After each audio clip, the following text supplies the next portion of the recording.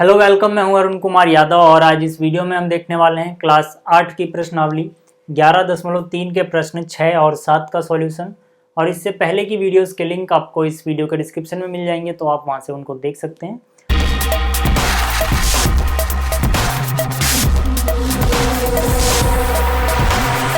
तो शुरुआत करते हैं प्रश्न 6 से। देखो, जो यहाँ पे छठा प्रश्न है, इसमें हमसे क्या बोला गया? इसमें हमसे बोला गया वर्णन कीजिए कि दाईं तरफ की आकृतियां किस प्रकार एक समान है और किस प्रकार एक दूसरे से भिन्न है। किस डब्बे का पार्श्व पृष्ठीय क्षेत्रफल अधिक है। ठीक है, तो यहाँ पे हमें दो आकृतियां दी गई हैं। यहाँ पे सबसे पहले हमें ये बताना है कि ये एक समान कैसे है, मतलब इनमें क्या एक जैसा या फिर क्या समानता है, और फिर इनमें क्या अंतर है वो भी बताना है। और फिर ये भी बताना है कि किस डब्बे का पार्श्व पृष्ठीय क्षेत्रफल अधिक होगा। ठीक है, तो देखो समानता क्या है इन दोनों में। जो इसकी ऊंचाई है वो कितनी है, 7 मीटर, और जो इसकी ऊंचाई है वो भी कितनी है, 7 मीटर। तो समानता ये है दोनों में कि दोनों की ऊंचाई 7 सेंटीमीटर है। ठीक है, दोनों की ऊंचाई कितनी होगी, 7 सेंटीमीटर। इसके अलावा और भी समानताएं अगर आप चाहो तो लिख सकते हो, जैसे दोनों का आधार भी 7 सेंटीमीटर है। आधार मतलब जिसपे टिकी हुई है। ठीक है, दोनों का आधार भी 7 सेंटीमीटर है। इसके अलावा एक और समानता आप चाहो तो लिख सकते हो, वो ये है कि दोनों ही 3 डायमेंशन आकृति है। ठीक है, मतलब कि लंबाई चौड़ाई ऊंचाई तीनों, ठीक है, 3 डायमेंशन वाली आकृति है, त्रिविमीय आकृतियां हैं। बट इतना कुछ लिखने की जरूरत नहीं है, इतने से काम चल जाएगा। ठीक, अंतर क्या है? अंतर ये है कि एक बेलन है जबकि दूसरा घन है। ठीक है, इसको देखो तो ये कैसी आकृति है, बेलन के आकार की, और ये क्या है, घन के आकार की।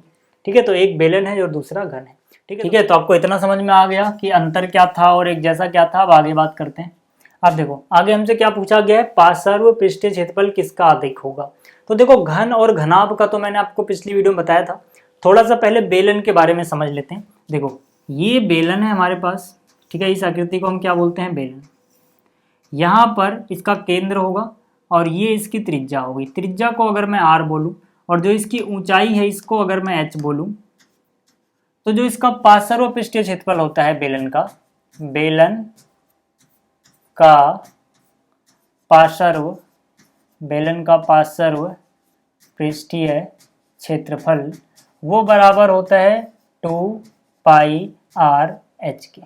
ठीक है, दोनों का पार्श्व पृष्ठीय क्षेत्रफल हम निकालेंगे और जिसका ज्यादा होगा वो पता लग जाएगा। ठीक है, लेकिन यहाँ पे पार्श्व पृष्ठीय क्षेत्रफल कहने का क्या मतलब है वो आपको समझ में आना चाहिए। देखो पार्श्व पृष्ठीय क्षेत्रफल कहने का मतलब है कि आप जो ये घुमा हुआ है, ठीक है, सिर्फ उसका क्षेत्रफल निकालोगे। जो ऊपर वाला वृत्त है उसको छोड़ दोगे, जो नीचे वाला वृत्त है उसको छोड़ दोगे। सिर्फ ये किनारे किनारे के क्षेत्रफल को हम बोलते हैं पार्श्व पृष्ठीय क्षेत्रफल।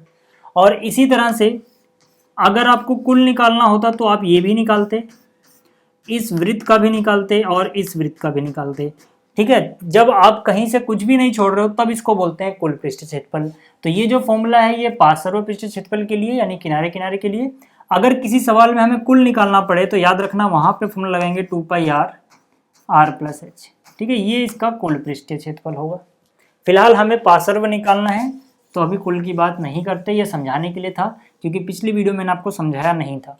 ठीक है, बेलन का, बाकी दोनों को समझा दिया था। तो यहाँ पे आ जाओ। ठीक है, इसके लिए देखो यहाँ पे r कितना हो जाएगा। ठीक है, सबसे पहले बात करते हैं कि बेलन के लिए जो r है, ठीक है, वो कितना है, r मतलब त्रिज्या। तो देखो ये पूरा होता है व्यास। ठीक है, व्यास कितना है, 7 सेंटीमीटर। तो त्रिज्या होती है उसकी आधी यानी 7/2 सेंटीमीटर। ठीक है, और बेलन की ऊंचाई यानी कि h कितना दिया गया, सीधा सीधा 7 सेंटीमीटर। ठीक है, तो यहाँ पे मान रख दो। अब ये हो गया 2 पाई को हम कैलकुलेशन में कितना यूज करते हैं, 22/7। हालांकि इसकी एग्जैक्ट वैल्यू नहीं होती है। ठीक है, r का मान कितना है, 7/2 है, क्योंकि व्यास 7 है तो त्रिज्या उसकी आधी होगी, गुणा में h कितना है, 7।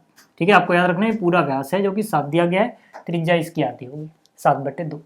ठीक है, तो इससे ये कट गया, इससे ये कट गया, कितना बचा, 22 गुणा में 7। 22 सत्ते कितना होता है, 154। तो यहाँ से आ गया 154 वर्ग सेंटीमीटर। ठीक है, किसका क्षेत्रफल आया है, ये पार्श्व पृष्ठीय क्षेत्रफल आया और किसका, बेलन का। ठीक है, आपको ये याद रखना है कि ये बेलन के लिए आया है। अब आगे बात कर लेते हैं। ठीक है, आगे क्या है, घन। ठीक है, तो हम यहाँ पे लिखेंगे घन का पार्श्व पृष्ठीय क्षेत्रफल। घन का पार्श्व पृष्ठीय क्षेत्रफल निकालना है। कितना होता है घन का पार्श्व पृष्ठीय क्षेत्रफल? 4a का वर्ग। अगर कुल निकालना होता तो 6a का वर्ग आता, पार्श्व निकालना है तो 4a का वर्ग आएगा, यानी 4a का मान देखो यहाँ पे कितना है, यहाँ पर a का मान कितना है 7 सेंटीमीटर, a का मतलब भुजा, तो यहाँ पे आ गया 7 का वर्ग। 7 का वर्ग कितना होगा 49, और गुणा किससे करनी है 4 से, तो 4 की गुणा आपको आती है, 4 को 9 से गुणा करोगे, 4 9 36 का 6 हासिल गया 3, फिर 4 चौक 16 और जो 3 हासिल गया था 16 3 19, ठीक है, सेंटीमीटर स्क्वायर। तो हमसे पूछा गया था किसका पार्श्व पृष्ठीय क्षेत्रफल अधिक है, तो हम बोलेंगे घन का, ठीक है, अधिक है, ठीक है, तो यहाँ पे आप लिख लेना, ठीक है, घन का अधिक है, ठीक है, घन का पार्श्व पृष्ठीय क्षेत्रफल अधिक है, ठीक है, ये हो गया। अब बात करते हैं अगले प्रश्न की। अब देखो जो अगला प्रश्न है यानी कि प्रश्न नंबर 7, इसको पहले समझ लेते हैं। इसमें बोला गया है 7 मीटर त्रिज्या और 3 मीटर ऊंचाई वाला एक बंद बेलनाकार टैंक किसी धातु की एक चादर से बना हुआ है, उसे बनाने के लिए वांछित धातु की चादर ज्ञात कीजिए। ठीक है, मतलब कि एक टैंक है जो बेलनाकार है और ये दोनों तरफ से बंद है, ठीक है, और किससे बनाया गया? किसी धातु की चादर से। तो देखो धातु की चादर कहाँ कहाँ लगाई गई होगी, एक तो यहाँ पे लगाई गई होगी, यहाँ पे धातु की चादर, क्योंकि ये दोनों तरफ से बंद है तो नीचे के वृत्त जो होंगे वो भी धातु से बने होंगे, तो मतलब इसका कौन सा क्षेत्रफल निकालना पड़ेगा? कुल, ठीक है ना, कुल पृष्ठीय क्षेत्रफल, जो भी मैंने आपको पीछे दिखाया था कि अगर आप ऊपर वाले वृत्त दोनों छोड़ दो तो वो वक्र पृष्ठीय क्षेत्रफल होगा या पार्श्व पृष्ठीय क्षेत्रफल होगा। लेकिन अगर आप वृत्त को ले रहे हो, ऊपर वाले दोनों वृत्त का क्षेत्रफल भी निकाल रहे हो, बीच में भी निकाल रहे हो, तो ये कुल पृष्ठीय क्षेत्रफल होता है। तो यहाँ पे हमें क्या करना है, यहाँ पे हमें कुल पृष्ठीय क्षेत्रफल निकालना है। ठीक है, अब देखो इसकी जो त्रिज्या है यानी कि r, वो हमें बताई गई है। ठीक है, त्रिज्या कितनी है 7 मीटर, तो त्रिज्या हो गई यहाँ पे 7 मीटर, और जो इसकी ऊंचाई है यानी कि h, वो भी हमें बताई गई है। h कितना है? h है 3 मीटर। ठीक, तो यहाँ पे हम बोलेंगे जो धातु की चादर है उसका क्षेत्रफल कितना होगा?